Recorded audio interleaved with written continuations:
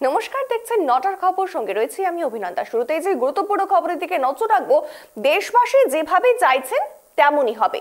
পেহেলগাঁওয়ে জঙ্গি হামলার জবাব নিয়ে জোরালো হুঙ্কার রাজনাথের। সীমান্ত সুরক্ষায় সেনার প্রশংসা করলেন রাজনাথ। প্রতিরক্ষা মন্ত্রী হিসেবে নিজের কি দায়িত্ব সে কথাও তুলে ধরলেন রাজনাথ। साथियों, एक रक्षा मंत्री के रूप में मेरा दायित्व है कि मैं अपने सैनिकों के साथ मिलकर देश की सीमाओं की सुरक्षा सुनिश्चित करूं और मेरा यह दायित्व है कि अपनी सेना के साथ मिलकर देश के ऊपर आंख उठाने वालों को मुंहतोड़ जवाब दूं। आप सभी हमारे प्रधानमंत्री नरेंद्र मोदी जी को अच्छी तरह जानते हैं।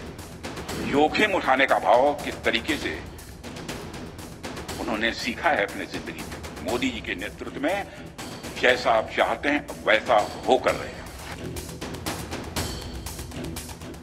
পেহেলগাঁওয়ে জঙ্গি হামলায় সারা দেশ চাইছে জবাব। জঙ্গি হামলায় জড়িত রাজ্যে শাস্তি পাবেই সে কথা স্পষ্ট করেছেন প্রধানমন্ত্রী। এরপর একথা স্পষ্ট করলেন প্রতিরক্ষা মন্ত্রী রাজনাথ সিং।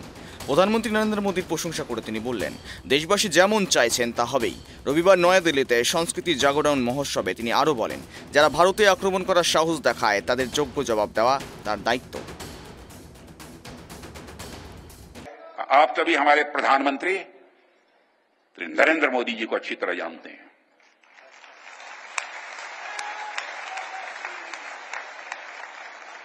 उनकी कार्यशैली से भी अच्छी तरह परिचित हैं, उनकी दृढ़ता से भी अच्छी तरह परिचित हैं।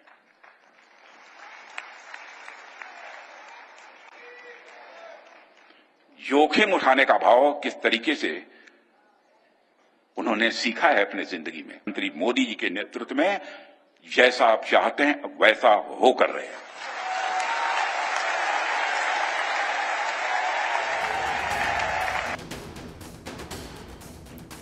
গত 22শে এপ্রিল পেহেলগাঁওয়ের বৈশরণে হামলা চালিয়েছেন জঙ্গিরা। বেছে বেছে হিন্দু পর্যটকদের উপর হামলা হয়েছে। মৃত্যু হয়েছে 26 জনের। জঙ্গি হামলার পর পাকিস্তানের বিরুদ্ধে একাধিক কড়া পদক্ষেপ করেছে ভারত। জঙ্গিদের কড়া শাস্তি চাইছে দেশবাসী। এদিন সংস্কৃতি জাগরণ মহোৎসবে প্রতিরক্ষা মন্ত্রীও জানালেন, জঙ্গিদের যোগ্য জবাব দেওয়া হবেই। তিনি বললেন, আপনার প্রধানমন্ত্রী নরেন্দ্র মোদীর কাজের ধরন জানেন। তিনি জীবনে কিভাবে ঝুঁকি নেন তা আপনাদের অবগত। আমি আপনাদের নিশ্চিত করছি, আপনারা যেভাবে চাইছেন, যেমন চাইছেন তেমনই হবে। এরপরই সীমান্ত সুরক্ষায় সেনার প্রশংসা। আমাদের সাহসী জওয়ানরা সবসময় দেশকে রক্ষা করছেন, আর সাধু এবং জ্ঞানীরা দেশের আধ্যাত্মিকতাকে রক্ষা করছেন। একদিকে জওয়ানরা রণভূমিতে লড়ছেন আর সাধুরা জীবনভূমিতে। প্রতিরক্ষা মন্ত্রী হিসাবে আমার দায়িত্ব জওয়ানদের সঙ্গে নিয়ে দেশের সীমান্ত সুরক্ষিত রাখা। যারা আমার দেশকে আক্রমণের সাহস দেখায় তাদের যোগ্য জবাব দেওয়া আমার দায়িত্ব। किसी भी राष्ट्र का अपना एक भौतिक स्वरूप होता है। भौतिक स्वरूप के अंतर्गत किसी राष्ट्र की भूमि होती है, उसकी सीमाएं होती हैं, उसमें रहने वाले लोग आते हैं।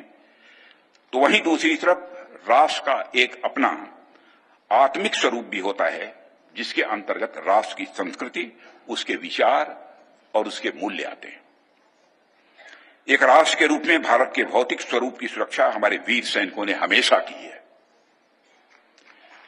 तो वहीं पर दूसरी तरफ भारत के आध्यात्मिक स्वरूप की रक्षा हमारे ऋषियों और मनीषियों ने की है। जहां एक तरफ हमारे सैनिक रणभूमि में लड़ते हैं, तो वहीं दूसरी तरफ हमारे संत जीवन भूमि में लड़ते हैं। साथियों, एक रक्षा मंत्री के रूप में मेरा दायित्व है कि मैं अपने सैनिकों के साथ मिलकर देश की सीमाओं की सुरक्षा सुनिश्चित करूं और मेरा यह दायित्व है कि अपनी सेना के साथ मिलकर देश के ऊपर आंख उठाने वालों को मुंहतोड़ जवाब दूं। গত মঙ্গলবার একটি উচ্চ পর্যায়ের বৈঠক করেছিলেন প্রধানমন্ত্রী নরেন্দ্র মোদী। সেই বৈঠকে উপস্থিত ছিলেন প্রতিরক্ষা মন্ত্রী রাজনাথ সিং, জাতীয় নিরাপত্তা উপদেষ্টা অজিত দোভাল এবং chief of defence staff general Anil Chauhan. ছিলেন সেনাপ্রধান, নৌসেনার প্রধান এবং বায়ুসেনার প্রধানও। সূত্রের খবর, ওই বৈঠকে প্রধানমন্ত্রী জানিয়েছেন, পেহেলগাঁওয়ে জঙ্গি হামলার জবাব কখনো এবং কিভাবে দেওয়া হবে তা নিয়ে সিদ্ধান্ত নেওয়ার পূর্ণ স্বাধীনতা রয়েছে সেনার। Bureau report, tribe TV Bangla.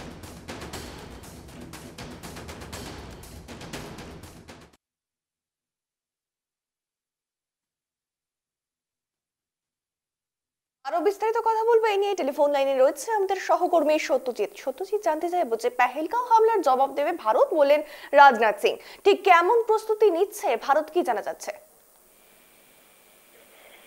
দেখো আমরা প্রথমেই বলে যাবো, পেহেলগাঁও বিশেষ করে যেভাবে পর্যটকদের উপর অত্যাচার হয়েছিল তারপর থেকে কিন্তু এই জবাব অর্থাৎ জঙ্গি নির্মূল করার বার্তা প্রথমেই দিয়েছিলেন প্রধানমন্ত্রী নরেন্দ্র মোদী।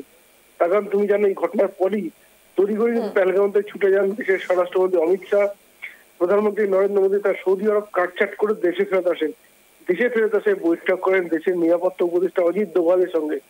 এবং তারপর থেকে দেখো পরপর যে বিষয়গুলি গেছে, বিশেষ করে বিদেশি রাষ্ট্রদূতদের সঙ্গে রাষ্ট্রপতির বৈঠক এবং বিদেশমন্ত্রী আমাদের নিরাপত্তা উপদেষ্টার সঙ্গে বৈঠক, প্রধানমন্ত্রী স্বরাষ্ট্রমন্ত্রী বৈঠক, নানাবিধ বৈঠক গেছে।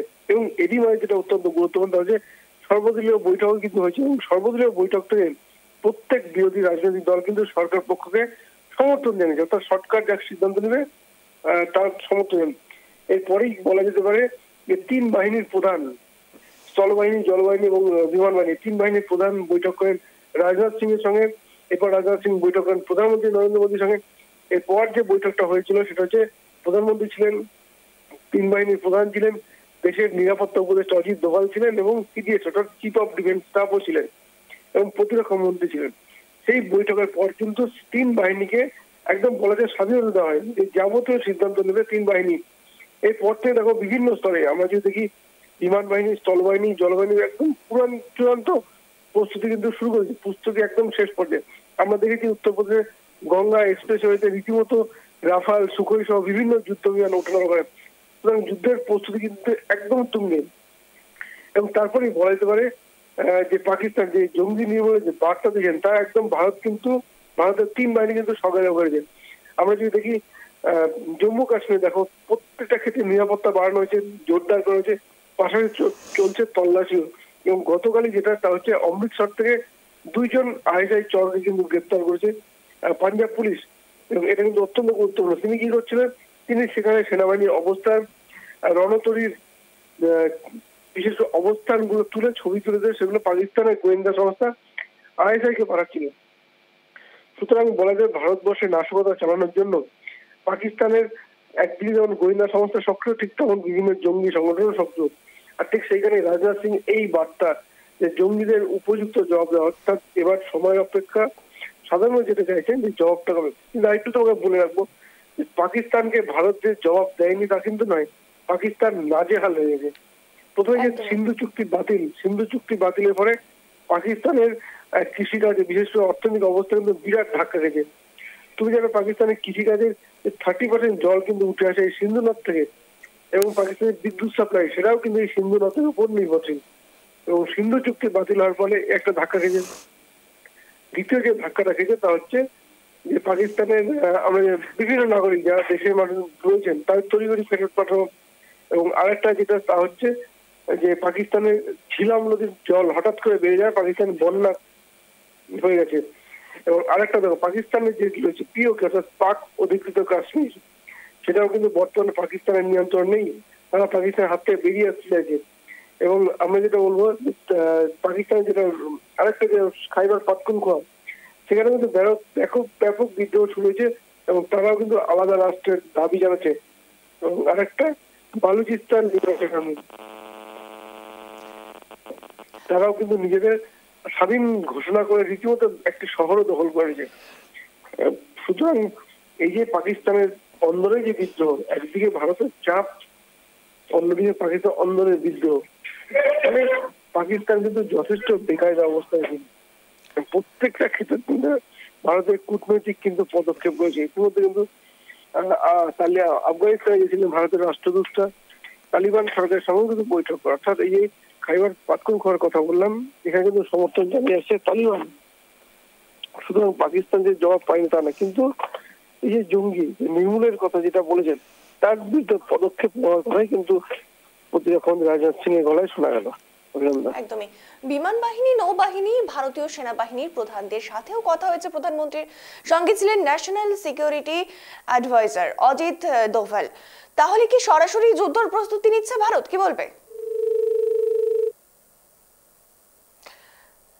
যান্ত্রিক গোলযোগের কারণে যোগাযোগ বিচ্ছিন্ন হয়ে গেল। আবারও জানাবো যে এই খবরের দিকে আমরা নজর রেখেছি। জঙ্গি হামলার জবাব নিয়ে কিন্তু হুঙ্কার রাজনাথের।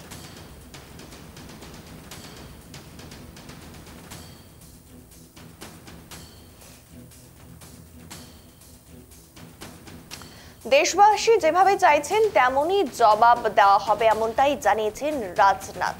পেহেলগাঁওয়ে জঙ্গি হামলার জবাব নিয়ে জোরালো হুঙ্কার রাজনাথের। সীমান্ত সুরক্ষায় সেনার প্রশংসাও করলেন রাজনাথ। আবারও জানাবো যে দেশবাসী যেভাবে চাইছেন ঠিক তেমনই হবে। পেহেলগাঁওয়ে জঙ্গি হামলার জবাব নিয়ে জোরালো হুঙ্কার রাজনাথের। সীমান্ত সুরক্ষায় সেনার প্রশংসা করলেন রাজনাথ। প্রতিরক্ষা মন্ত্রী হিসেবে নিজের কি দায়িত্ব সে কথাও তুলে ধরলেন রাজনাথ।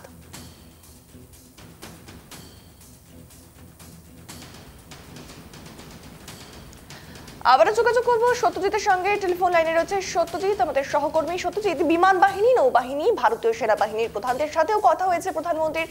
সঙ্গে ছিলেন national security adviser Ajit Doval. তাহলে কি সরাসরি যুদ্ধের প্রস্তুতি নিচ্ছে ভারত? একদম, দেখো, ন্যাশনাল সিকিউরিটি অ্যাডভাইজার সঙ্গে যে বৈঠক তা কিন্তু অত্যন্ত গুরুত্বপূর্ণ। তিন বাহিনীর কথা বললাম। দেখো, স্থলবাহিনী, জলবাহিনী, বিমান বাহিনী, তিন বাহিনী একদম কিন্তু পাকিস্তানের দিকে তাক করে রেডি হয়ে রয়েছে। আমি তোমার কিছুক্ষণ আগে গঙ্গা এক্সপ্রেসওয়ের কথা বললাম উত্তরপ্রদেশ, যেখানে কিন্তু বিমান বাহিনী, দেশের বিমান বাহিনীর তিন যে প্রধান অস্ত্র রাফাল, সুখোই সহ বিভিন্ন যুদ্ধ বিমান কিন্তু অবতরণ করে।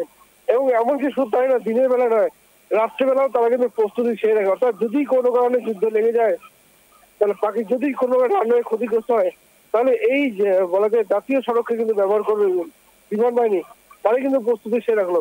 এবং আরো যেটা বলবো তোমাকে, দেখো, এই জঙ্গিরা ভারতবর্ষে অত্যাচার তো আজকে থেকে করে আসছে না। কারণ আমরা যদি একটু ইতিহাসের দিকে তাকাই, 1947 সালের 14ই আগস্ট পাকিস্তান স্বাধীন হয়েছিল, 15 আগস্ট ভারত স্বাধীন হয়েছিল। কিন্তু এই মুহূর্তে যদি বলি, ভারতের লক্ষ্য চন্দ্রযান-3 পাঠিয়েছে, আদিত্য L1 সূর্যের উদ্দেশ্যে পাঠিয়েছে। কিন্তু পাকিস্তানের লক্ষ্য একটাই, সেটা হচ্ছে জম্মু কাশ্মীর জঙ্গি ঢুকে ভারতের নাশকতা চালানো। এর বাইরে কিন্তু লক্ষ্য, অর্থাৎ দুই দেশ একসঙ্গে স্বাধীন হলো, দুই দেশের লক্ষ্য কিন্তু পুরোপুরি আলাদা। ফলে সেইভাবে পাকিস্তানের এই যে জঙ্গি কার্যকলাপ, এমনকি তোমাকে বলে রাখো, পাকিস্তান সেনাপ্রধান আসিফ মুনির তিনি কয়েকদিন আগে বলেছিলেন যে তারা ভারতবর্ষে জম্মু কাশ্মীরে জঙ্গি পাঠাচ্ছেন, মদত দিয়ে আসছেন। সুতরাং বলা যেতে পারে এই জঙ্গিদের নির্মূল করা কিন্তু অত্যন্ত প্রয়োজন। কারণ দেখো, পাকিস্তান যে চারিদিকে বিপাকে পড়েছে, পাকিস্তানের কোনো রাজনৈতিক নেতারা তারা শুধু বাজার গরম করার কথা বলছেন। গতকালই আমরা এক রাষ্ট্রদূতের মন্তব্য শুনেছি, তিনি বলেছেন প্রয়োজনে পরমাণু হামলা জানাবে। অর্থাৎ যেখানে দেশে দেউলিয়া হওয়ার মতো অবস্থা রয়েছে, যেখানে IMF থেকে ঋণ নিয়ে চলছে, সেখানে সেই পাকিস্তানের নেতা মন্ত্রীরা বাজার গরম করার জন্য বলছে পরমাণু অস্ত্র ব্যবহার।